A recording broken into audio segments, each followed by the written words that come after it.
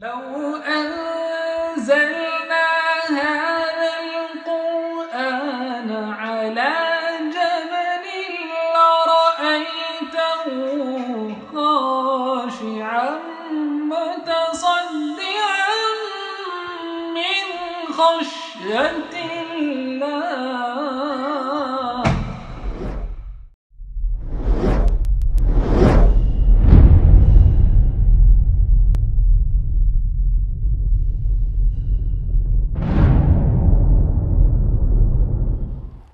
الله. الحمدللہ وحدہ والصلاة والسلام علی من لا نبی بعدہ. واعوذ باللہ من الشیطان الرجیم. بسم اللہ الرحمن الرحیم. یا ایھا الناس قد جاءتکم موعظۃ من ربکم وشفاء لما فی الصدور وہدی ورحمۃ للمؤمنین. بسم اللہ الرحمن الرحیم. رب اشرح لی صدری ویسر لی امری واحلل عقدۃ من لسانی یفقہوا قولی.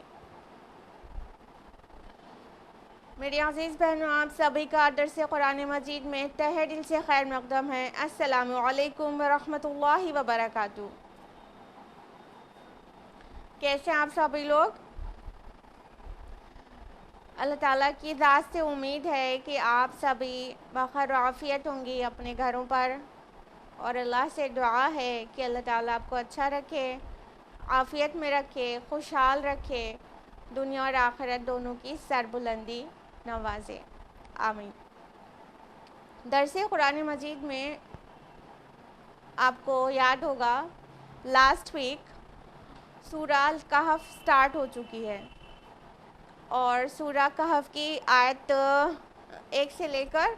8 تک ہم لوگوں نے لاسٹ ویک تفصیل سے جانا تھا. تو آج درس قرآن میں باقاعدہ طور سے اصحاب کہف کا واقعہ سٹارٹ ہوگا آیت نمبر 9 آنورڈز. لیکن جیسے کہ روایت ہے کہ آپ کو لاسٹ ویک کا ریویژن دیتے ہیں،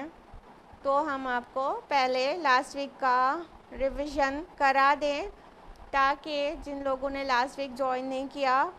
ان کا بھی تسلسل بن جائے، اور جو لوگ نے جوائن کیا اور بھول گئے ہیں ان کو یاد آ جائے. تو ہم لوگوں نے لاسٹ ویک جانا تھا سورۃ الکہف کے بارے میں کچھ تمہیدی باتیں، اور اس کے بعد سورہ شروع ہوئی تھی جہاں سے اس کے ترجمے سے کام چلاتے ہیں. اعوذ باللہ من الشیطان الرجیم. بسم اللہ الرحمن الرحیم. کل حمد و ثنا اور کل شکر اللہ ہی کے لیے ہے جس نے نازل کی اپنے بندے پر کتاب، اور اس نے کوئی کجی نہیں رکھی. یعنی اللہ سبحانہ تعالیٰ نے جو کتاب قرآن حکیم رسول اللہ صلی اللہ علیہ وسلم پر نازل کی ہے اس میں کوئی کمی، کوئی کجی، کوئی ٹیڑھ، کوئی سمجھنے میں داؤ پیچ بالکل بھی نہیں ہے. یہ بہت سیدھی اور سمجھ میں آنے والی کتاب ہے، اور اللہ تعالیٰ نے اپنے نبی کو اپنا بندہ کہا محبت سے. آگے فرمایا یہ کتاب بالکل سیدھی ہے تاکہ وہ خبردار کرے ایک بہت بڑی آفت سے اس کی طرف سے، اور تاکہ وہ بشارت دے ان اہل ایمان کو جو نیک عمل کرتے ہوں ان کے لیے ہوگا بہت اچھا بدلہ. پہلے کہا گیا اس میں کوئی کجی نہیں ہے، پھر کہا گیا قیم ہے یہ، یعنی بالکل سیدھی. پازیٹیو سے کہا گیا مثبت انداز میں، پہلے منفی انداز تھا پھر مثبت انداز ہے، اور فرمایا کہ یہ بالکل ہی سیدھی ہے اور یہ ایک بہت بڑی آفت سے خبردار کر رہی ہے. لاسٹ ویک ہم نے آپ کو بتایا تھا کہ یہ آفت کیا کیا ہو سکتی ہے. ایک تو یہ مصیبت اور شدائد اور فتنے کی شکل میں ہو سکتی ہے، جو کہ فتنہ دجال جو قرب قیامت میں آنے والا ہے اس کی خبر دے رہی ہے. یا تو اس کی طرف اشارہ ہے یا تو بہت بڑی جنگ کی طرف اشارہ ہے، جو کہ احادیث میں الملحمۃ العظمیٰ نام سے مذکور ہے، اور بائبل میں آرمیگیڈون نام آتا ہے. تو یہ اس آفت، اس مصیبت، اس فتنے کی سے بہت بڑی آگاہی ہے یہ قرآن مجید. اور فرمایا کہ تاکہ بشارت دے ان ایمان لانے والوں کو جو نیک عمل کرتے ہوں کہ ان کے لیے بہت ہی اچھا بدلہ ہے. یعنی کہ جو لوگ ایمان لے آئے ان کے لیے ڈر نہیں ہے، اگر وہ ساتھ میں اعمال صالحات بھی کریں تو ان کے لیے کیا ہے، اس کا اچھا بدلہ ہے، اللہ تعالیٰ اس کا ریوارڈ ان کو نصیب کرے گا۔ آیت نمبر 3 میں ہم لوگوں نے جانا تھا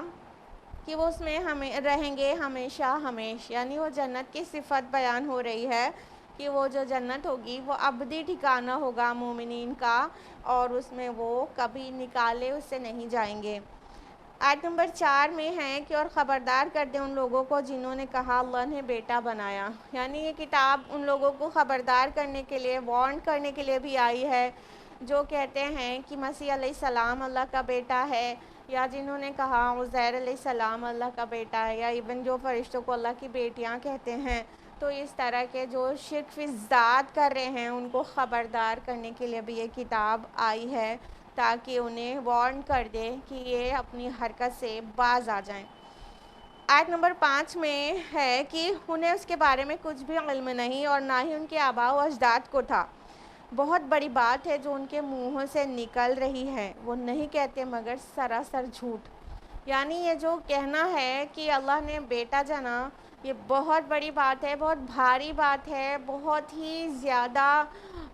گھناؤنی بات ہے، یہ شرک فی ذات ہے۔ تو اللہ تعالیٰ اس پہ بہت غضبناک ہو رہا ہے کہ یہ بہت بڑی بات اپنے منہ سے نکال رہے ہیں اور یہ سراسر جھوٹ گڑھ رہے ہیں، کیونکہ اس شرک کی نہ کوئی دلیل تھی، نہ ہے، نہ ہوگی، اور کہ دلیل کیا مطلب وہ کون سی اوتھینٹک ہوگی، ظاہر بات ہے جو آسمانی ہو۔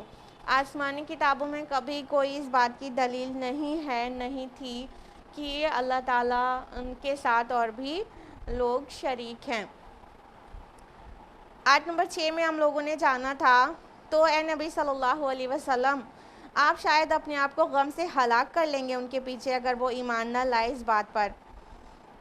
اس سے پتہ چلتا ہے نبی صلی اللہ علیہ وسلم کس قدر فکر مند رہتے تھے ایمان نہیں لانے والوں کے متعلق، کہ یہ ایمان نہیں لائیں گے تو کس انجام سے دو چار ہوں گے۔ وہ تکلیف رسول اللہ صلی اللہ علیہ وسلم کو اندر اندر کھائے جاتی تھی۔ تو اللہ تعالیٰ نے بہت ہی شفقت اور محبت سے فرمایا کہ اے نبی کیوں اپنے آپ کو ہلاک کیے دیتے ہیں ان کے پیچھے،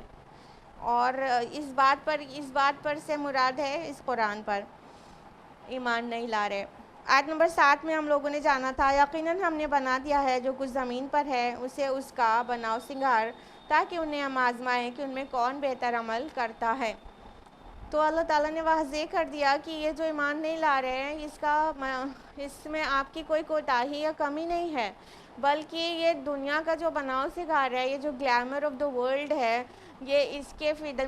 کے اوپر فدا ہو گئے ہیں اور اس میں الجھ کر رہ گئے ہیں، اور یہ دنیا چاہتے ہیں، اس وجہ سے یہ حق کو پہچاننے کے بعد بھی انکار کر رہے ہیں۔ تو اللہ تعالیٰ نے فرمایا کہ یہ تو جو دنیا کا جو گلیمر ہے وہ تو ہم نے صرف اس لیے بنایا ہے تاکہ ان کو آزمائیں، یعنی انسانوں کو جو دیا گیا ہے وہ چمکیلی چیزیں دی گئی ہیں دنیا کی شکل میں، دنیا میں وہ سبھی کچھ ہے، مال اولاد نیم فیم منی ایوری تھنگ، تو وہ سب کچھ میں اتنا کشش ہے، اتنی کشش ہے کہ اس میں بہت لوگ الجھ جاتے ہیں۔ تو یاد رکھنا چاہیے کہ یہ صرف اللہ تعالیٰ نے آزمائش کے لیے دیا ہے۔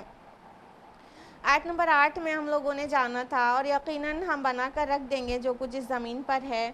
اسے ایک چٹیل میدان، یعنی یہاں کا جو گلیمر ہے یہ سب کچھ تباہ اور برباد ہو جائے گا، نیست و نابود ہو جائے گا، یہاں کی زینتیں، یہاں کی رونقیں اور یہاں کے گلیمر وہ سب کچھ ختم ہو جانے والا ہے، اور زمین اپنی رونقوں کے ساتھ جو ابھی نظر آ رہی ہے وہ سب فلیٹ ہو جائے گی اور سب کچھ ختم ہو جائے گا۔ یہاں تک ہم لوگوں نے لاسٹ ویک جانا تھا، اب ہم لوگ آیت نمبر 9 آنورڈز تفصیل سے جانیں گے انشاءاللہ، اور یہاں سے آیت نمبر 9 سے اصحاب کہف کا واقعہ شروع ہو رہا ہے، اس کی اصحاب کہف جس کی مناسبت سے سورہ کا نام ہے سورۃ الکہف، یہاں سے وہ واقعہ شروع ہوتا ہے، اس کی تفصیلات قرآن میں کچھ اس طرح سے آئی ہے۔ اعوذ باللہ من الشیطان الرجیم، بسم اللہ الرحمن الرحیم۔ ام حسبت ان اصحاب الکہف والرقیم کانوا من آیاتنا عجبا،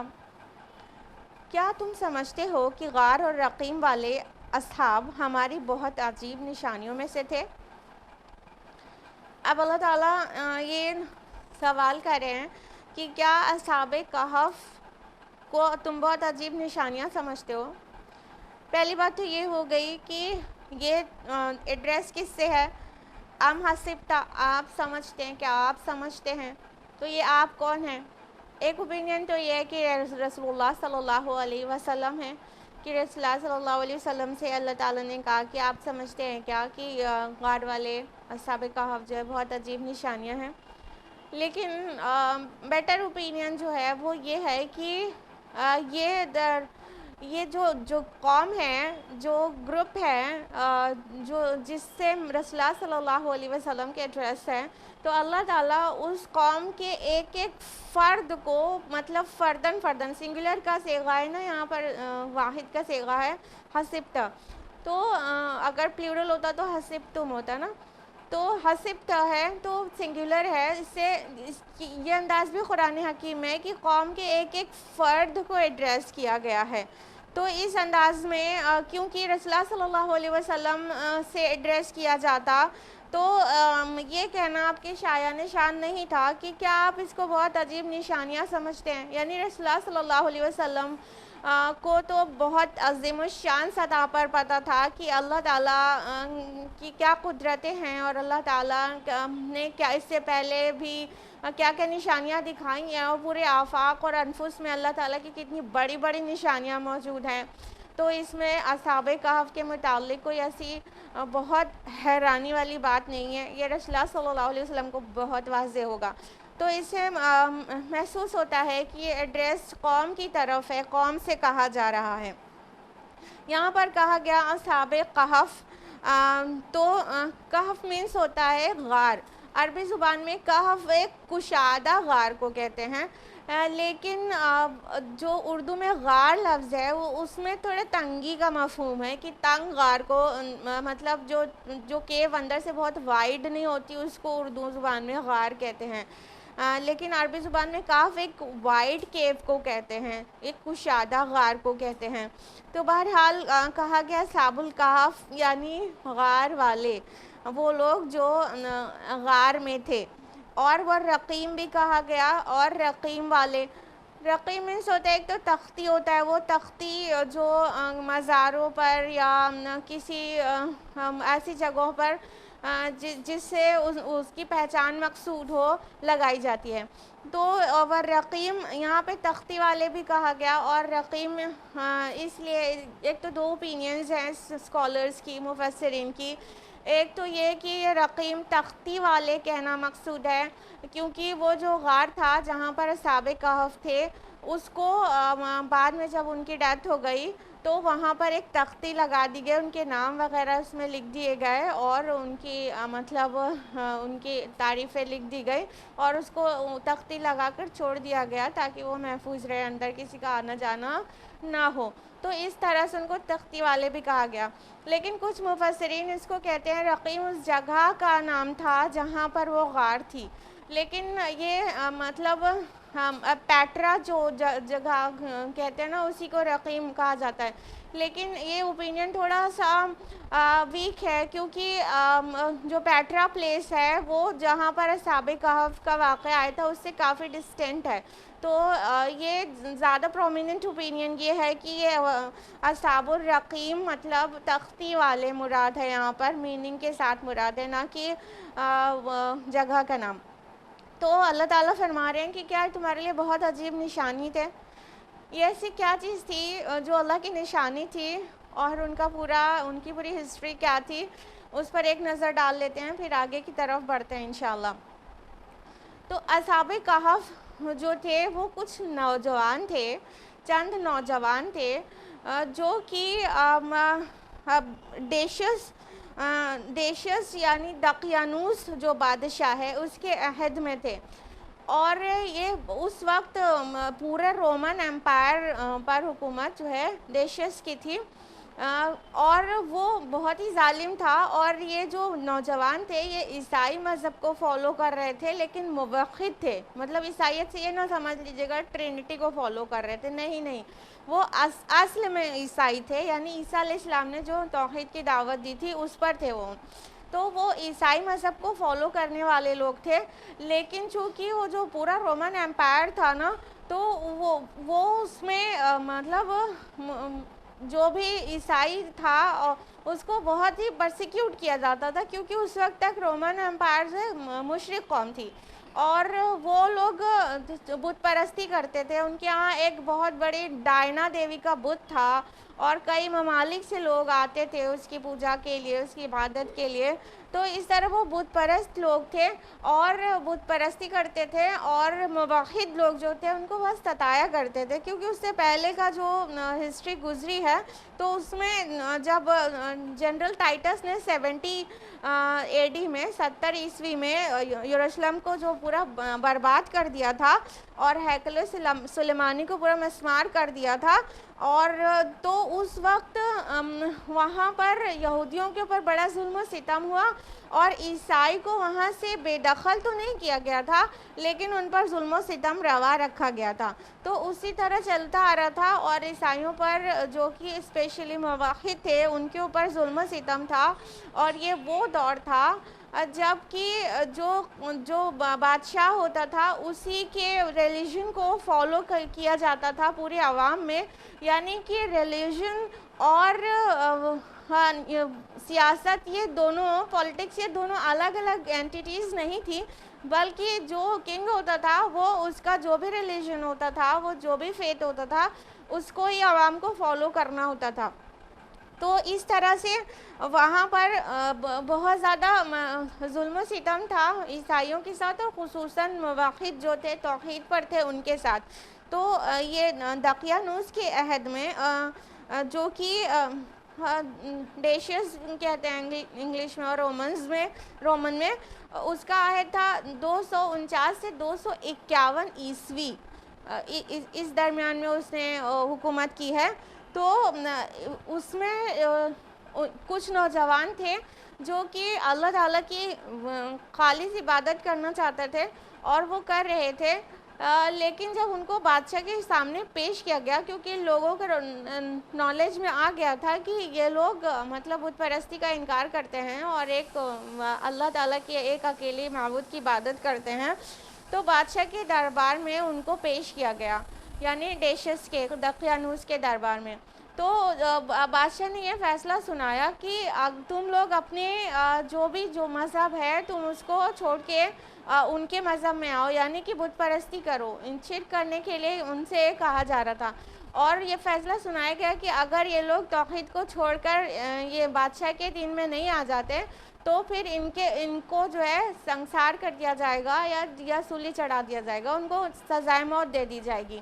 تو اب اس کے بعد یہ جو لوگ تھے تو وہ اپنی جان بچانے کے لیے اور توحید پر قائم رہنے کے لیے وہاں سے نکلے، اور ان لوگوں نے آپس میں طے کیا کہ ہم لوگ کسی غار میں چھپ جاتے ہیں، تو اس ایک غار میں لوگوں نے پناہ لے لی، کچھ نوجوان تھے اور ایک غار میں پناہ لے لی، تو اللہ سبحانہ و تعالیٰ نے اپنی رحمت سے ان پر ایک لمبی نیند طاری کر دی، ان کے کان کو تھپک دیا اور ان کو سلا دیا، اور پھر اس کے بعد وہ جب بیدار ہوئے تو ان کو محسوس ہوا کہ عام نیند سوئے تھے، اور وہ کچھ ہی دن کا کچھ حصہ سونے کے بعد اٹھ گئے، لیکن اصل میں وہ سو چکے تھے سینکڑوں سال، اب کتنا 100 سال، یہ جب آیت آئے گی تو تفصیل سے ہم آپ کو بتائیں گے انشاءاللہ، تو وہ سینکڑوں سال سو چکے تھے، اور اسی درمیان میں کیا ہوا تھا کہ وہ جو رومنز کی جو حکومت تھی، جو مشرک تھے پوری طرح سے، وہ کانسٹنٹائن کا جب دور آیا تو اس نے عیسائیت قبول کر لی، اور ہم نے آپ کو بتایا کہ یہ وہ دور تھا جو ریلیجن اور سیاست پولیٹکس الگ الگ نہیں تھی، تو کانسٹنٹائن نے جب عیسائیت قبول کی تو پورا رومن امپائر وہ عیسائی ہو گیا، تو پھر اس کے بعد تب سے وہاں پہ عیسائیت ہو گئی، اور پھر آلموسٹ 400 AD یعنی 400 عیسوی یا بعض کے نزدیک 445 446 عیسوی کے لگ بھگ تھیوڈوسس نام کا ایک ایمپیرر تھا رومن. تو جب اس کے عہد میں یہ لوگ اٹھے، کئی سو سال سو چکے تھے، اب تفصیل میں آئیں گے کہ وہ 309 سال تھا کہ 196 200 سال تھا، وہ بعد میں انشاءاللہ. تو جب یہ لوگ اٹھے تو ان لوگ وہ تھیوڈوسیس کا دور تھا، تو ان میں سے ایک کو بھیجا گیا کہ جاؤ بازار سے کچھ کھانا لے کر آؤ، تو چاندی کا سکہ دے کر. تو جب وہ گیا بازار میں تو جو وہ سینکڑوں سال پہلے کی وضاقتہ میں اور پرانا جو ان کا کوائن تھا وہ پرانا تھا، کیونکہ کوائن پر بادشاہ کا نام لکھا ہوتا تھا. تو وہ جب سینکڑوں سال پرانا کوائن اور وضاقتہ سینکڑوں سال پرانی دیکھی گئی تو لوگوں کے نالج میں آ گیا کہ یہ لوگ مطلب اللہ تعالیٰ کی طرف سے میریکل ہیں اور یہ اتنے سال سوئے ہیں. تو اس طرح سے لوگوں کو پتہ چل گیا اصحاب کہف کے بارے میں. پھر وہ لوگ کہف میں پھر اسی واپس لوٹے اور پھر اللہ تعالیٰ نے ان کو پر موت طاری کر دی. یہ پورا اصحاب کہف کا جو واقعہ ہے یہ طرح طرح سے نیریٹ ہوا ہے، بہت سارے نیریشنز ہیں، بہت طرح کی روایتیں ہیں جو آپس میں تھوڑی ٹکراتی بھی ہیں، کچھ قرآن سے کمپیٹیبل ہے، کچھ قرآن سے کمپیٹیبل نہیں بھی ہے. تو یہ منہ در منہ چل رہا تھا پھر قرآن نے اس کو واضح کر دیا. اور اب ایڈورڈ گبن نے اپنی book the decline and fall of Roman empire میں اصحاب کہف کو دا سیون سلیپرز نام سے تذکرہ کیا ہے. تو اس کی کچھ چیزیں بھی قرآن سے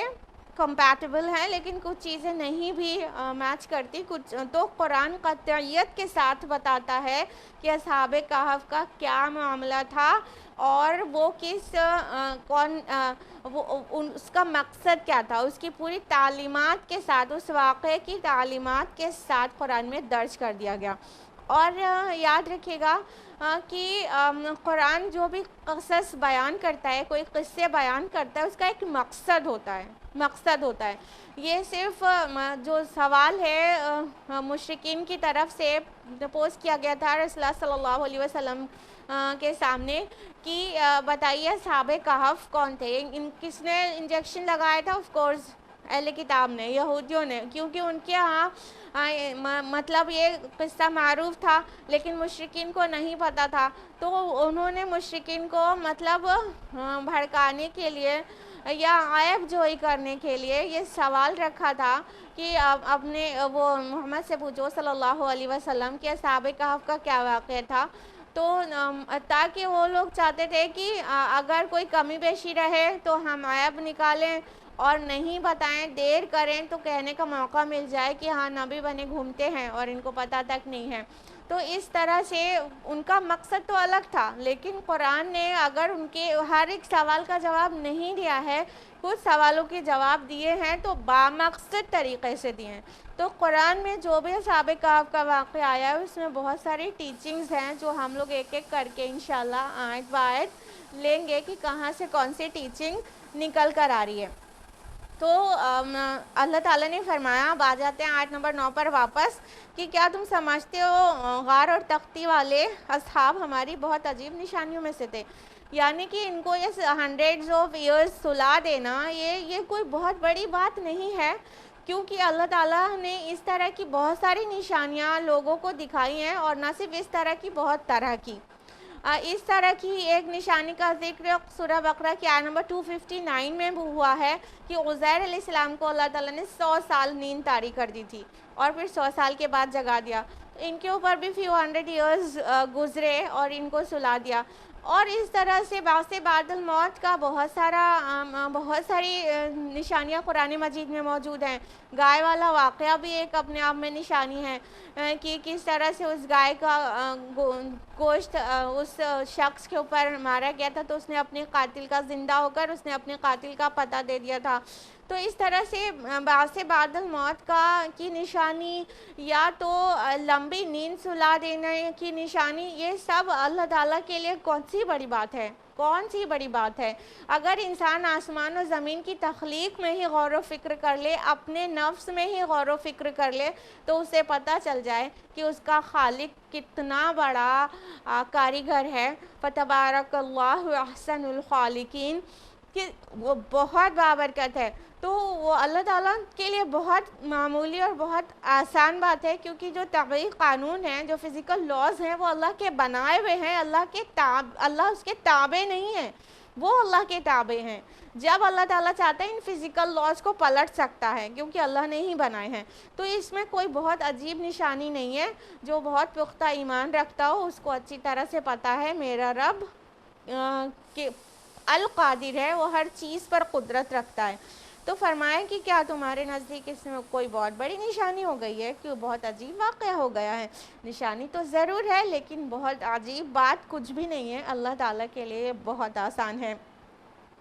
آگے فرمایا آیت نمبر 10 میں، اِذْ أَوَى الْفِتْيَةُ إِلَى الْكَهْفِ فَقَالُوا رَبَّنَا آتِنَا مِن لَّدُنكَ رَحْمَةً وَهَيِّئْ لَنَا مِنْ أَمْرِنَا رَشَدًا۔ جب کہ ان نوجوانوں نے غار میں پناہ لی اور انہوں نے کہا، اے ہمارے رب، تو عطا فرما ہمیں اپنے پاس سے رحمت اور آسانی فرما دے ہمارے لیے ہمارے معاملات میں اور عافیت کا راستہ۔ اب دیکھیے قرآن آیت نمبر 9 سے لے کر آیت نمبر 12 تک اس قصے کو اجمالی پیش کرتا ہے،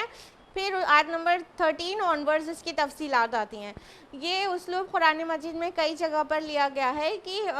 کسی بھی قصے یا واقعہ کو پہلے سمری پیش کر دی جاتی ہے، پہلے اس کی سمری دی جاتی ہے، پھر تفصیل سے پھر سے بیان کیا جاتا ہے۔ تو یہاں پر بھی وہی انداز ہے۔ تو آیت نمبر 9 سے لے کے 12 تک میں اس کی ایک چھوٹی سی سمری ہے، پھر آیت نمبر 13 سے لے کے آگے کی طرف وہ تفصیلی واقعہ ہے۔ اور قرآن نے وہی چیزیں انکلیوڈ کی ہے جو بامقصد ہے اور جس سے انسانیت کو کچھ فائدہ ہو سکتا ہے، اور وہ چیزوں سے صرف نظر کیا ہے جس کی کوئی اہمیت نہیں ہے۔ آگے ہم لوگ دیکھتے جائیں گے کہ کن کن چیزوں سے اللہ تعالیٰ کہہ رہا ہے کہ اس سے آپ کا کوئی مطلب نہیں ہے یہ بحث مباحثے میں پڑھنے سے۔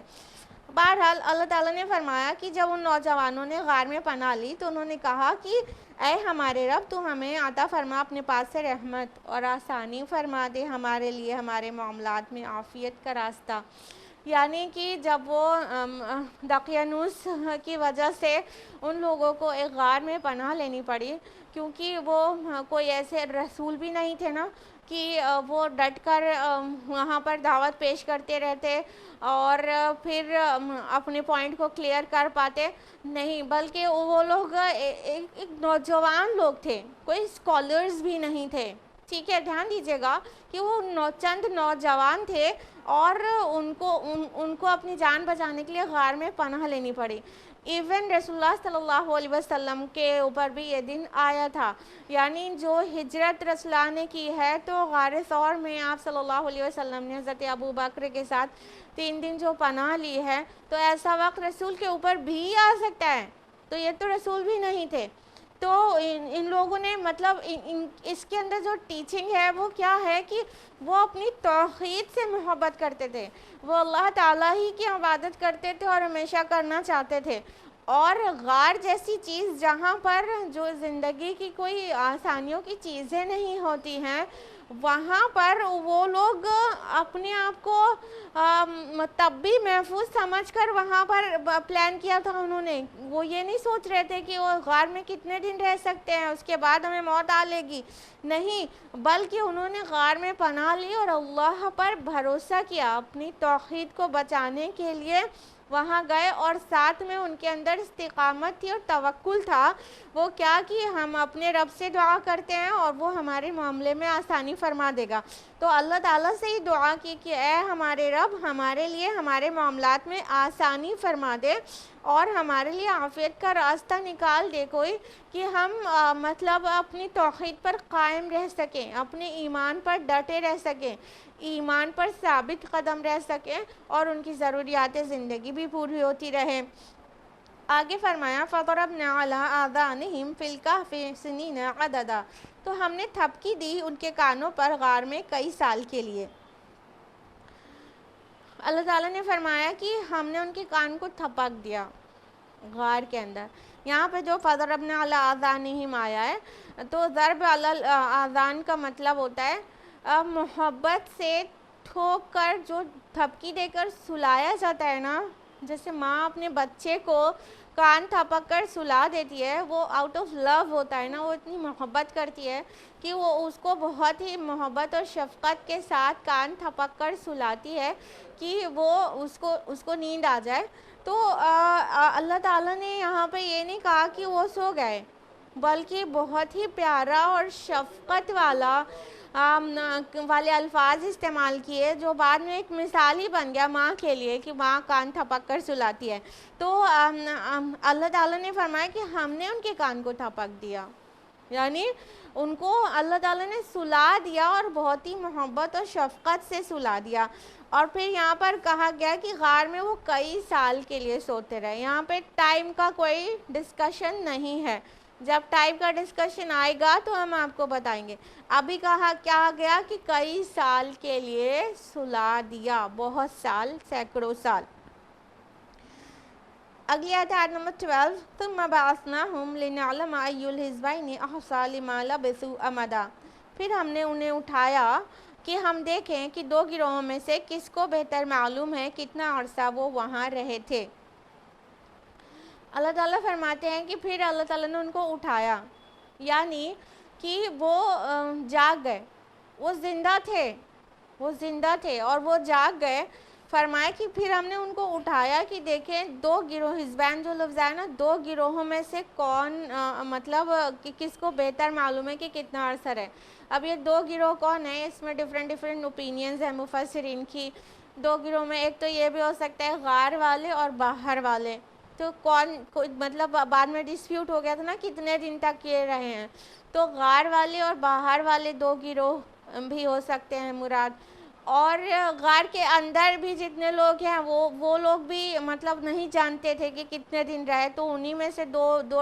ڈیفرنٹ اوپینین بھی ہو سکتی ہے. اور باہر والوں میں بھی دو گروہ بن گئے تھے, کوئی کہہ رہا ہے کہ 200 سال رہے, کوئی کہہ رہا ہے 300 سال رہے. تو اس طرح سے بہت سارے مطلب ڈسپیوٹس ہوئے ان کے درمیان, بہت سارے ڈیبیٹس ہوئے اور ہوتے رہے ہیں, صدیوں ڈیبیٹس ہوئے ہیں ان موضوعات پر. تو اللہ تعالیٰ فرما رہے کہ ان دو ہم نے جگا دیا کہ ان دو گروہوں میں سے کس کو بہتر معلوم ہے کہ وہ کتنا عرصہ رہے. یعنی اللہ تعالیٰ تو بہتر جانتا ہے, اللہ نے تو تھپک کر سلایا, اللہ نے تو انہیں اٹھایا, لیکن اللہ تعالیٰ مطلب ان لوگوں کے اوپر ظاہر کرنا چاہتا تھا کہ یہ لوگ بھی جو ہے دیکھ لیں کہ وہ کتنے سال رہے ہیں, اس میں کیا کیا باتیں کرتے ہیں, وہ ظاہر ہو جائے, وہ ظاہر میں آ جائے. اگلی آیت ہے نحن نقص علیک نبأہم بالحق, ہم سنا رہے ہیں آپ کو ان کا قصہ حق کے ساتھ. انہم فتیۃ آمنوا بربہم وزدناہم ہدی, وہ چند نوجوان تھے جو ایمان لائے اپنے رب پر اور ہم نے خوب بڑھایا تھا انہیں ہدایت میں. اب دیکھیں یہاں سے اس قصے کی تفصیل شروع ہو گئی. یا اس سے پہلے تک 9 سے لے کے 12 تک کی آیت میں بہت کنسائزڈ ایک دم کمپیکٹ وے میں پورے قصے کو سمری بیان کی گئی, اور اب یہاں سے تفصیلات شروع ہو گئی. اب اللہ سبحانہ و تعالیٰ فرما رہے ہیں کہ ہم سنا رہے ہیں آپ کو ان کا قصہ حق کے ساتھ.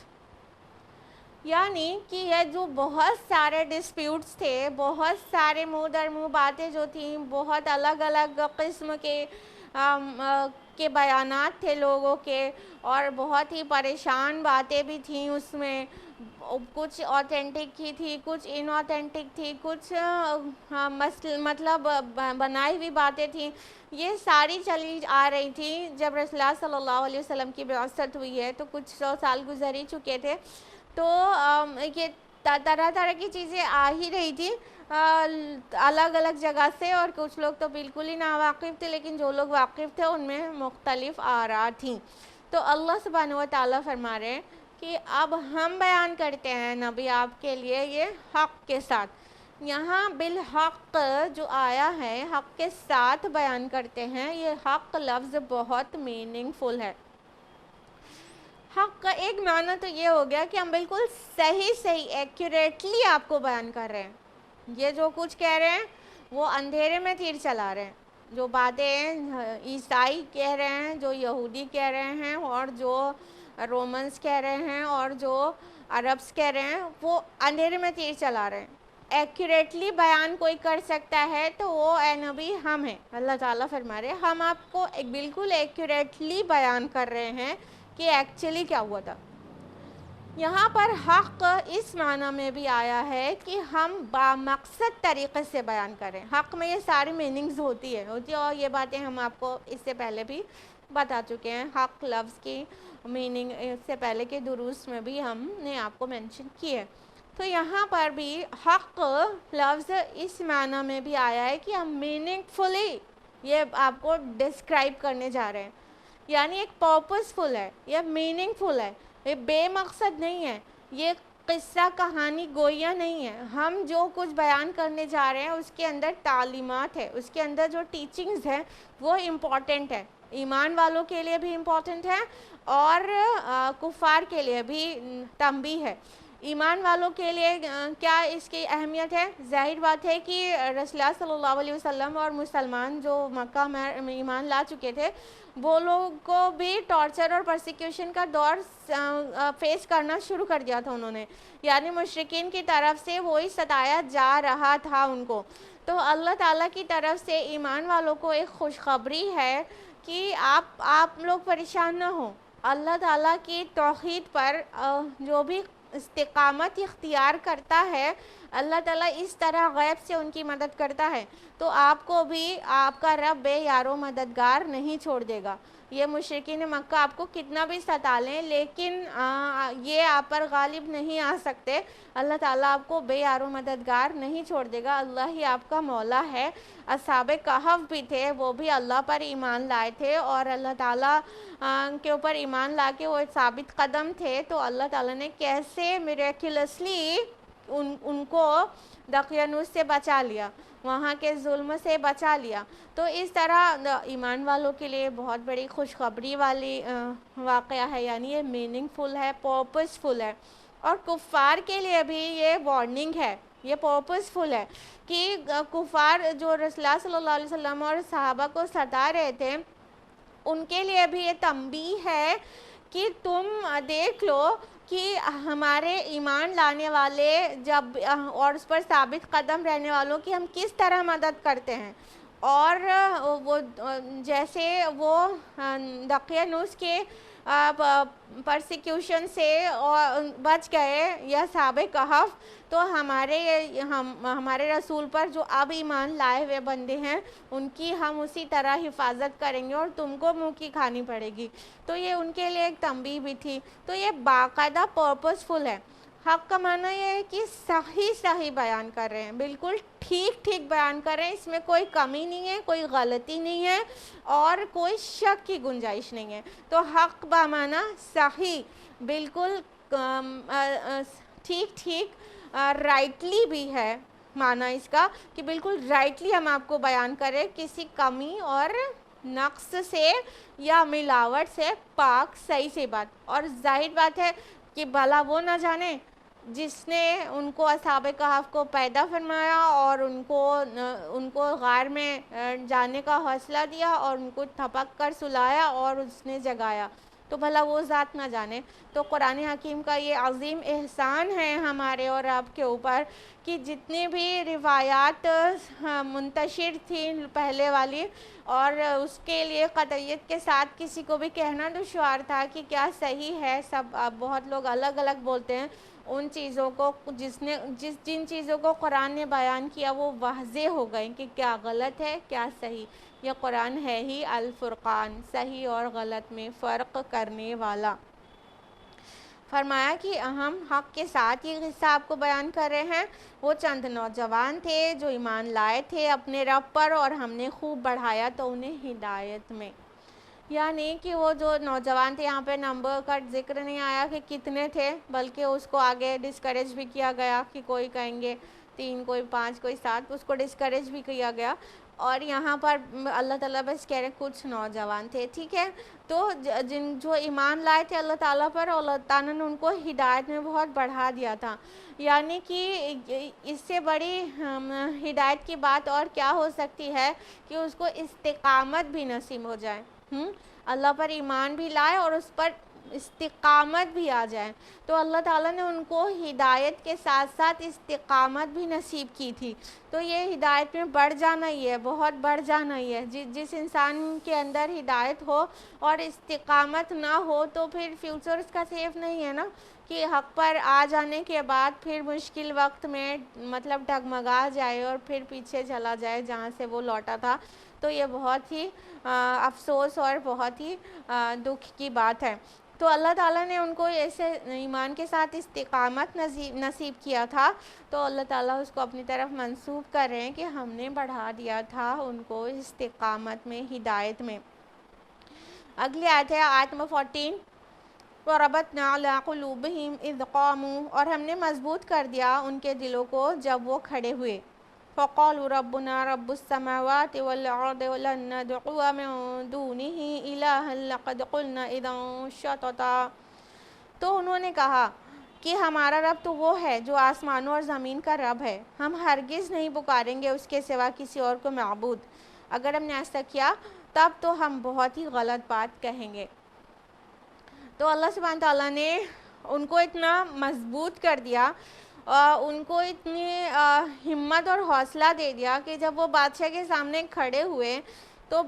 دو ٹوک انداز میں انہوں نے بول دیا کہ نہیں، ہم تو اپنے ایک اکیلے معبود کی عبادت کرتے ہیں، اور وہ ہمارا جو معبود ہے وہ آسمان اور زمین کا بھی رب ہے. اب اس میں ایک لطیف اشارہ چھپا ہوا ہے اس طرف کہ وہ جو رومن امپائر تھی پوری، تو ان کا جو دین تھا وہ بت پرستی تھی، اور ساتھ میں آسمان کا دیوتا الگ اور زمین کا دیوتا الگ ہوا کرتا تھا. تو یہاں پر ان لوگوں نے کہا کہ ہم اس رب کی عبادت کرتے ہیں جو آسمان اور زمین کا رب ہے. یعنی کہ آسمان کا دیوتا الگ اور زمین کا الگ اور بارش کا الگ اور خوشی کا الگ اور غم کا الگ، ایسا نہیں ہے، بلکہ ہم ایک اکیلے معبود کی عبادت کرتے ہیں، اور وہ خالق ہے زمین اور آسمان کا، وہ خالق ہے بارش اور منظر کا. تو یہ اللہ تعالیٰ کو کے لیے ان لوگوں نے یہ صفت بیان کی کہ جو رب ہے آسمانوں اور زمین کا، اور ہم اس کے علاوہ کسی کو نہیں پکاریں گے معبود. اگر ہم ایسا کریں تو ہم نے بہت ہی غلط بات کہہ دی. یعنی کہ ایمان کے اندر اتنا راسخ ہو گیا تھا کہ وہ اس بات کو کہنے سے ڈرے نہیں کہ جو سامنے والے کا دین ہے اس کی مخالفت کر رہے ہیں، اس کو غلط بتا رہے ہیں. تو اللہ تعالیٰ نے ان کو اتنا ایمان دے دیا تھا کہ انہوں نے یہ بات آسانی سے کہی کہ ہم ہرگز نہیں پکاریں گے. آپ لاکھ بھی کہیں کہ ہم اللہ کے ساتھ شرک کریں تو ہم نہیں کریں گے، اور اگر ہم ایسا کریں تو ہم نے بہت ہی غلط بات کہہ دی، بے بنیاد بات کہہ دی، بیس لیس بات کہہ دی، میننگ لیس بات کہہ دی، بلکہ ظلم عظیم کر دیا. تو ان لوگوں نے یہ بات ڈٹ کر بادشاہ کے سامنے، یعنی ڈیشیس جو بادشاہ تھا دقیانوس، اس کے سامنے ڈٹ کر یہ بات کہی کہ ہم اللہ کے علاوہ کسی کی بھی عبادت نہیں کریں گے، اور اگر ہم ایسا کریں گے تو ہم بہت ہی بڑی غلط بات کریں گے. تو وہ نہیں کرنا چاہتے تھے. اگلی آیت ہے ہؤلاء قوم اتخذوا من دونه آلہۃ، ہماری اس قوم نے بنا لیے ہیں اس کے سوا دوسرے معبود. لولا یأتون علیہم بسلطان بین، تو کیوں نہیں پیش کرتے وہ ان کے بارے میں کوئی واضح دلیل. فمن اظلم ممن افترى علی اللہ کذبا، تو اس شخص سے بڑھ کر ظالم کون ہوگا جس نے اللہ پر جھوٹ باندھا. اب ان لوگوں نے اپنی قوم کے جو معبودان باطل تھے ان کے خلاف بات کہی، اور اتنے کریج کے ساتھ بولی، اور یہ آپس کا مطلب مکالمہ بھی ہو سکتا ہے اور بادشاہ کے سامنے کا بھی ہو سکتا ہے. کہا کہ ہماری قوم نے اللہ تعالیٰ کے علاوہ اور معبود بنا لیا ہے، تو اگر ایسا کیا ہے تو اس کی دلیل کیوں نہیں پیش کرتے. تو دیکھا آپ نے کہ مومن جو ہوتا ہے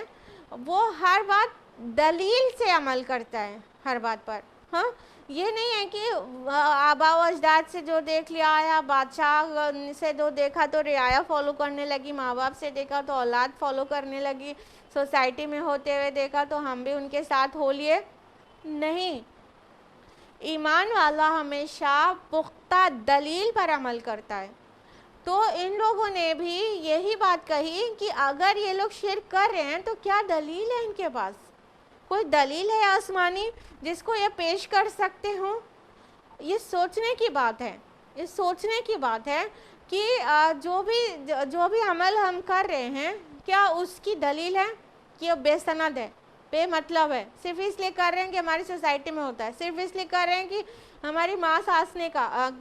کیا ہے تو ہم بھی کر رہے ہیں، ہمارے والدین نے بچپن سے ہم نے ان کو یہی کرتے ہوئے پایا تو ہم بھی کر رہے ہیں. نہیں، دلیل ہونی چاہیے، دلیل وہ بھی بالکل واضح دلیل، بین واضح دلیل، کلیئر ایویڈنس ہونا چاہیے کہ یہ چیز یہ حق ہے اور یہ غلط ہے، اس کا کلیئر ایویڈنس ہونا چاہیے. تو وہ اصحاب کہف نے یہی بات کہی کہ یہ ہماری قوم مطلب اللہ کے ساتھ شرک کر رہی ہے اور لوگوں کو دوسروں کو معبود ٹھہرا لیا ہے. اگر یہ ایسا کر رہے ہیں تو دلیل دیں اپنی، ان کے پاس کوئی دلیل ہونی چاہیے، کوئی برہان ہونا چاہیے، کوئی مطلب سلطانی بین الفاظ آئیں، کوئی کلیئر ایویڈنس ہونا چاہیے، واضح ہونا چاہیے کہ کہاں سے، مطلب ان کا بنیاد کیا ہے یہ کرنے کی. اور فرمایا اس شخص سے بڑھ کر ظالم کون ہوگا جس نے اللہ پر جھوٹ باندھا. یہ اللہ پر سب سے بڑا جھوٹ ہے کہ اللہ تعالیٰ نے اور بھی پارٹنرز ایسوسیٹ کر رکھے ہیں. یعنی انسان اگر یہ کہے کہ اللہ تعالیٰ کے جو مطلب فرما روائی ہے اس میں اس نے چھوٹے گاڈز اینڈ گاڈسز بھی اپنے بنا رکھے ہیں، اپنے اختیارات ان کو چھوٹے دے رکھے ہیں اور سب مل کر خدائی کو چلا رہے ہیں. اگر ایسا کیا تو یہ اللہ تعالیٰ پہ سب سے بڑا جھوٹ باندھا، سب سے بڑا جھوٹ، کیونکہ اللہ تعالیٰ نے اپنی خدائی کا اختیار کسی کو دیا ہی نہیں ہے. وہ اکیلا قادر مطلق ہے اور اس کا حکم چلتا ہے، اس کی حکمت سے چلتا ہے، تو اس میں کسی کا کوئی بھی ایسوسیشن نہیں ہے. تو اللہ کے ساتھ پارٹنرز ایسوسیٹ کیے جائیں اور دیوی دیوتا یا گاڈز اینڈ گاڈسز، اسمال جی سے گاڈ صحیح، اسمال جی سے جو گاڈز اینڈ گاڈسز ہوتے ہیں تو وہ اس کا کانسیپٹ بالکل بیس لیس ہے. اور جس نے بھی ایسا کہا اس نے اللہ تعالیٰ پہ سب سے بڑا جھوٹ باندھا، کیونکہ اللہ تعالیٰ نے کبھی بھی کوئی آسمانی دلیل نازل نہیں کی ہے شرک کی، اور کوئی بھی اپنے ساتھ کسی خدائی میں کسی کو ایسوسیٹ کرنے کی کوئی دلیل نہیں دی ہے. تو اس لیے یہ سب سے بڑا جھوٹ ہے. آیت نمبر 16 میں ہے وَإِذِ اعْتَزَلْتُمُوهُمْ وَمَا يَعْبُدُونَ إِلَّا اللَّهَ فَأْوُوا إِلَى الْكَهْفِ يَنشُرْ لَكُمْ رَبُّكُم مِّن رَّحْمَتِهِ وَيُهَيِّئْ لَكُم مِّنْ أَمْرِكُم مِّرْفَقًا. اور اب جب کہ تم نے خود کو ان لوگوں سے اور جن کو وہ اللہ کے سوا پرستش کرتے ہیں ان سے علیحدہ کر لیا ہے، تو اب کسی غار میں پناہ لے لو، تمہارا رب پھیلا دے گا تمہارے لیے اپنی رحمت اور تمہارے معاملے میں تمہارے لیے سہولت کا سامان پیدا فرما دے گا. اب دیکھیے یہ جو بات آ رہی ہے یہ کس کا قول ہے؟ مطلب اصحاب کہف ایک دوسرے سے کہہ رہے ہیں، یہ یا تو پھر اللہ تعالیٰ نے ان کے دل میں یہ بات ڈالی ہے، اس میں ڈفرینس آف اوپینین ہے. بعض مفسرین کا ماننا ہے کہ مطلب اصحاب کہف کا آپس کا مکالمہ ہے. تو اس حساب سے دیکھیے کہ ان لوگوں نے آپس میں کہا کہ اب جب تم نے خود کو ان لوگوں سے اور جن کی وہ اللہ کے علاوہ پرستش کرتے ہیں، عبادت کرتے ہیں، الگ کر لیا ہے، تو اب ایسا کرو کہ آپس میں ایک دوسرے سے کہہ رہے ایسا کرو کہ غار میں پناہ لے لو. یعنی ان سے اعلان برات کر دیا کہ ہم تو اللہ کے علاوہ کوئی اور کی عبادت نہیں کریں گے، ہم اپنے ایمان پر ثابت قدم رہیں گے اور ہم توحید پر ہی ایمان رکھیں گے. دیکھیے غور کریے گا یہ عیسائی تھے لیکن موحد عیسائی تھے. تو ان لوگ آپس میں ڈسکس کر رہے ہیں کہ اب جب ہم نے ان لوگوں سے صاف کہہ ہی دیا ہے تو اب ایسا کریں کہ تم لوگ ہم لوگ کسی غار میں پناہ لے لیں تاکہ اللہ تعالیٰ اپنی رحمت ہم پر پھیلا دے اور ہمارے لیے آسانی اور سہولت پیدا کر دے۔ تو اگر وہ یہ ان کے آپس کا مکالمہ ہے تو وہ ان کا جو ایمان ہے وہ قابل ذکر ہے کہ غار میں پناہ لینے کی بات بھی کر رہے ہیں اور اللہ پر اتنا توکل بھی ظاہر کر رہے ہیں کہ اللہ تعالیٰ ہم پر اپنی رحمت کا فیضان کر دے گا اور ہمارے لیے سامان جو ہے ضرورت زندگی کا وہ مہیا کر دے گا۔ یہاں پہ مرفقہ جو لفظ آیا ہے، مرفقہ مینس یہی ہوتا ہے ضرورت کا جو سامان ہے۔ تو غار کے اندر تو کوئی بھی ضرورت کا سامان نہیں رہتا ایکچولی، لیکن اللہ تعالیٰ کے اوپر ان کو اتنا بھروسہ تھا کہ ان کو جینے کے لیے جو بھی ریکوائرمنٹ ہے وہ سب اللہ تعالیٰ وہاں پر اپنی رحمت سے ان کو مہیا کر دے گا۔ تو اگر یہ آپس میں ڈسکس کر رہے ہیں تو بھی ان کا ایمان کس قدر پختہ تھا، یہ ٹیچنگ نکل کر آتی ہے اصحاب کہف کے واقعہ سے۔ یعنی جو مقصود ہے یہاں پر وہ یہ کہ ایسا ایمان اور ایسی استقامت تو پھر اللہ کیوں نہ مدد کرے، اور اللہ ایسوں کی ہمیشہ ہی مدد کیا کرتا ہے۔ اور وہ چاہے جو مطلب عیسیٰ علیہ السلام اور رسول اللہ صلی اللہ علیہ وسلم کی بعثت کے بیچ میں آئے ہوئے لوگ ہوں، چاہے رسول اللہ کی بعثت کے بعد کے لوگ ہوں، اور چاہے قیامت تک کوئی بھی آئے، جو بھی اپنے ایمان اور کے اوپر اتنا ثابت قدم رہتا ہے، اللہ تعالیٰ اس کی ہمیشہ ہی مدد کیا کرتا ہے۔ ہم نے آپ کو بتایا کہ اس میں اختلاف رائے ہے، تو یہ ڈفرینس آف اوپینین ہونے کی وجہ سے دوسری رائے یہ ہے کہ یہ قول ان کا آپس کا مکالمہ نہیں ہے، یہ آپس میں ان کا ڈسکشن نہیں ہے، بلکہ یہ اللہ تعالیٰ کی طرف سے ہے یہ جملہ کہ اور جب تم نے مطلب اللہ تعالیٰ نے ان کے دل میں القاء کر دیا، ان کے دل میں وحی کر دی، ان کے دل میں یہ بات ڈال دی کہ اب جب کہ تم نے ان لوگوں سے جو لوگ اللہ کے علاوہ کسی کی عبادت کرتے ہیں ان سے اپنے کو علیحدہ کر لیا ہے، تو اب تم لوگ ایک غار میں پناہ لے لو اور اللہ تعالیٰ پھیلا دے گا تمہارے لیے اپنی رحمت اور تمہارے معاملے میں تمہارے لیے سہولت کا سامان پیدا کر دے گا۔ یعنی اللہ تعالیٰ یہ مطلب یہ جو دوسری اوپینین ہے وہ یہ کہ یہ اللہ تعالیٰ کا قول ہے کہ اللہ تعالیٰ نے ان کے دل میں یہ بات ڈال دی کہ تم اب غار میں پناہ لے لو اور اللہ تعالیٰ تم کو وہاں پر ساری سہولتیں مہیا کر دے گا۔ اس میں بھی بہت بڑی، اگر اس انداز میں بھی سمجھیں تو اس میں بھی بہت بڑی ٹیچنگ ہے کہ اللہ رب العالمین ایسوں کو کس طرح سے ثابت قدمی نصیب کرتا ہے جو اس کو اس کے لیے مطلب اپنے عمل کو اور اپنے دین کو، اپنے ایمان کو اس کے لیے خالص کر لیں، صرف اللہ ہی کی عبادت کریں اور شرک کے شائبہ تک سے بچیں، چاہے ان کی جان ہی کیوں نہ چلی جائے۔ جو اس درجے کا ایمان رکھتا ہے تو اللہ تعالیٰ اس کے دل پہ ایسی سکینت نازل کر دیتے ہیں اور ان کو آئیڈیاز بھیجتے ہیں کہ وہ کس طرح سے آگے کے عمل کو کرے۔ تو یہ اللہ تعالیٰ کے مخصوص انعام ہے جو اپنے مخصوص بندوں کے لیے وہ کو عطا کرتا ہے۔ یعنی جب ایمان اس درجے کا ہوگا نا تو اللہ تعالیٰ ایسی باتیں دل میں القاء کرتا رہے گا۔ تو یہ القاء کے ذریعے اللہ تعالیٰ سے جو کانٹیکٹ ہے وہ بنا ہے بندے کا، چاہے رسالت ختم ہو گئی ہے اور وحی کا سلسلہ بند ہو گیا ہے، لیکن آج بھی اللہ تعالیٰ اور قیامت تک دل میں بات کو القاء کرتا رہتا ہے۔ تو اگر یہ اللہ تعالیٰ کا قول مانے تو اللہ تعالیٰ نے ان کے دلوں میں القاء کر دیا کہ ہم تمہاری ضرورت زندگی مہیا کریں گے۔ اور جو سیکنڈ اوپینین ہے نا کہ یہ مطلب اللہ تعالیٰ کا قول ہے نا کہ ان کا آپس کا ڈسکشن، اس کی ایک دلیل یہ بھی ہے کہ اگر ان کا قول مطلب ان لوگوں کا اصحاب کہف کا یہ مطلب آپس کا مکالمہ ہوتا تو یہ انداز دعائیہ ہوتا کہ اے اللہ ہم پر اپنی رحمت نازل کر اور ہمارے معاملے میں آسانی کر دے، تو انداز دعائیہ نہیں ہے، یہ انداز یہ ہے کہ سہولت کا سامان اللہ پیدا کر دے گا۔ تو یہ ایک دلیل کے طور پر بھی پیش کرتے ہیں وہ مفسرین جو یہ کہتے ہیں کہ یہ اللہ کا قول ہے نہ کہ اصحاب کہف کا آپس کا مکالمہ۔ اگلی آیت ہے آیت نمبر 17، وَتَرَى الشَّمْسَ إِذَا طَلَعَتْ تَزَاوَرُ عَنْ كَهْفِهِمْ ذَاتَ الْيَمِينِ، اور تم سورج کو دیکھتے ہو کہ جب وہ طلوع ہوتا ہے تو اس غار سے دائنی طرف ہٹ جاتا ہے. وَإِذَا غَرَبَتْ تَقْرِضُهُمْ ذَاتَ الشِّمَالِ اور جب وہ غروب ہوتا ہے تو بائیں جانب اس سے کنی کترا جاتا ہے. وَهُمْ فِي فَجْوَةٍ مِّنْهُ اور وہ اس کی کھلی جگہ میں ہوئے اور وہ اس کی کھلی جگہ میں تھے. ذَلِكَ مِنْ آیَاتِ اللَّهِ یہ اللہ کی نشانیوں میں سے ہے. مَن يَهْدِ اللَّهُ فَهُوَ الْمُهْتَدِ وَمَن يُضْلِلْ فَلَن تَجِدَ لَهُ وَلِيًّا مُرْشِدًا جسے اللہ ہدایت دیتا ہے وہی ہدایت یافتہ ہوتا ہے اور جسے وہ گمراہ کر دے تو اس کے لیے تم نہیں پاؤ گے کوئی مددگار راہ پر لانے والا. اب آیت نمبر 17 میں اللہ تعالیٰ فرما رہے ہیں کہ جس غار میں وہ لوگ تھے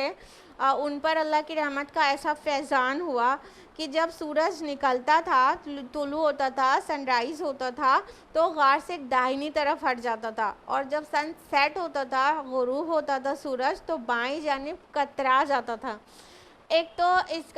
کا مطلب یہ ہوا کہ وہ جو غار تھی اس کا جو منہ تھا وہ نارتھ کی طرف تھا، شمال کی طرف. تو شمال کی جانب سورج کبھی بھی نہیں جاتا پورے سال کے کسی بھی موسم میں، ٹھیک ہے. تو اس کا جو منہ تھا شمال کی طرف تھا، نارتھ کی طرف، تو اس کی وجہ سے سورج کی وہاں روشنی تو جاتی تھی لیکن دھوپ نہیں جاتی تھی. ان کو اللہ تعالیٰ نے ایسا پروٹیکشن دے رکھا تھا کہ اس میں دھوپ نہیں جاتی تھی. تو یہ نارتھ لائٹ شیلز کی طریقے پر اور بھی بلڈنگز بنائی جاتی ہیں جو کارخانے وغیرہ ہوتے ہیں کہ اس میں دھوپ براہ راست نہ جائے لیکن روشنی جائے. تو اس طرح کے جو بلڈنگز یا غار ہوتے ہیں وہ دھوپ سے بچے رہتے ہیں لیکن روشنی جاتی رہتی ہے. تو یہ غار تو ایک تو بات یہ ہو گئی کہ یہ جو غار تھا وہ اس کا منہ جو ہے نارتھ کی طرف تھا، جس کی وجہ سے نہ سن رائز پہ ڈائریکٹ اس کے اندر دھوپ جاتی تھی، نہ سن سیٹ کے وقت ڈائریکٹ اس کے اندر دھوپ جاتی تھی. دوسری اوپینین یہ ہے کہ مطلب اللہ تعالیٰ نے سورج کو حکم دیا تھا کہ وہ اس مطلب غار کے اندر وہ دھوپ نہ پہنچنے پائے، اور جو آگے آ رہا ہے کہ یہ اللہ کی نشانیوں میں سے ہے. تو اس کو ایک تو یہ بات ہو گئی کہ یہ بات جو سورج کا کترا جانا یہ اللہ کی نشانیوں میں سے ہے، لیفٹ اور رائٹ ہو جانا اپنے کچھ مخصوص بندوں کی حفاظت کے لیے تاکہ انہیں تکلیف نہ پہنچے، وہ دھوپ کی شدت سے پریشان نہ ہو. سینکڑوں سال وہ سو رہے ہیں، ان کو دھوپ کی شدت پریشان نہ کرے، تو اس کی وجہ سے اللہ تعالیٰ نے نشانی کے طور پر رکھا تھا. لیکن جو اوپینین یہ ہے کہ یہ مطلب نارتھ کی جانب تھا، تو ایک معمول ہو گیا کہ ایسی غاریں کئی جگہ پر موجود ہیں جو کہ ایسے نارتھ کی جانب جن کے منہ ہوتے ہیں. تو فرمایا کہ اللہ تعالیٰ نے کہ وہ اس کی کھلی جگہ میں وہ لیٹے ہوئے تھے، مطلب وہ موجود تھے، یعنی وہ غار اندر سے کشادہ تھا، ان کو تنگی نہیں محسوس ہوتی تھی، ان کو تکلیف اور گھٹن نہیں وہاں محسوس ہوتی تھی، وہ بہت آرام سے وہاں سو رہے تھے. یعنی اللہ تعالیٰ نے وہ غار کی سختی کو ان کے لیے نرم کر دیا تھا اور تنگی کو ان کے لیے کشادہ کر دیا تھا، اور اللہ تعالیٰ نے اس کو نشانی بنا کے مطلب رکھ دیا. اور تو اگر یہ مانے کہ یہ مطلب نارتھ جانب اس کا رخ تھا تو مطلب ایک نارمل بات لگے گی، لیکن اللہ تعالیٰ جب کہہ رہے ہیں یہ اللہ کی نشانیوں میں تھے ذالک من آیات اللہ، تو پورا واقعہ ہوگا کہ یہ پورا واقعہ ہی اللہ تعالیٰ کی طرف سے ایک بہت بڑی نشانی ہے. یعنی سینکڑوں سال کوئی زندہ رہے اور سوتا رہے اور جاگے نہ اور وہ الائیو رہے، کھائے پیے بغیر وہ الائیو رہے، it is one of the miracles نا، it is one of the signs of اللہ سبحانہ و تعالیٰ. تو یہ پوری جو بات ہے وہ اللہ کی طرف سے نشانی ہے، قصہ گوئی نہیں ہے. یعنی قرآن حکیم جو بیان کرتا ہے وہ اللہ تعالیٰ اپنی نشانی بیان کر رہا ہے کہ وہ بعد میں جب اٹھیں گے تو وہ نشانی کے طور پر ہوں گے کہ تم برزخی زندگی میں بھی اسی طرح تم رہو گے اور پھر اللہ کے ہاں قیامت کے دن اٹھا لیے جاؤ گے. تو اللہ تعالیٰ فرما رہے ہیں کہ جس کو اللہ ہدایت دے وہی ہدایت یافتہ ہوتا ہے، اور جسے اللہ تعالیٰ ہی گمراہ کر دے تو پھر کون ہے جو ہیلپ کرے اس کو ہدایت پر لانے میں. یعنی کہ اب ایسی نشانی دیکھنے کے بعد تو سب کو ایمان لے آنا چاہیے تھا نا، سب کو توحید پر آ جانا چاہیے تھا نا. جب وہ لوگ اٹھے، جب لوگوں کے نالج میں آ گیا یا اس کے بعد تک آج تک بھی آتا جا رہا ہے، تو وہ جو بھی ہے نشانی کو دیکھ رہا ہے، سن رہا ہے،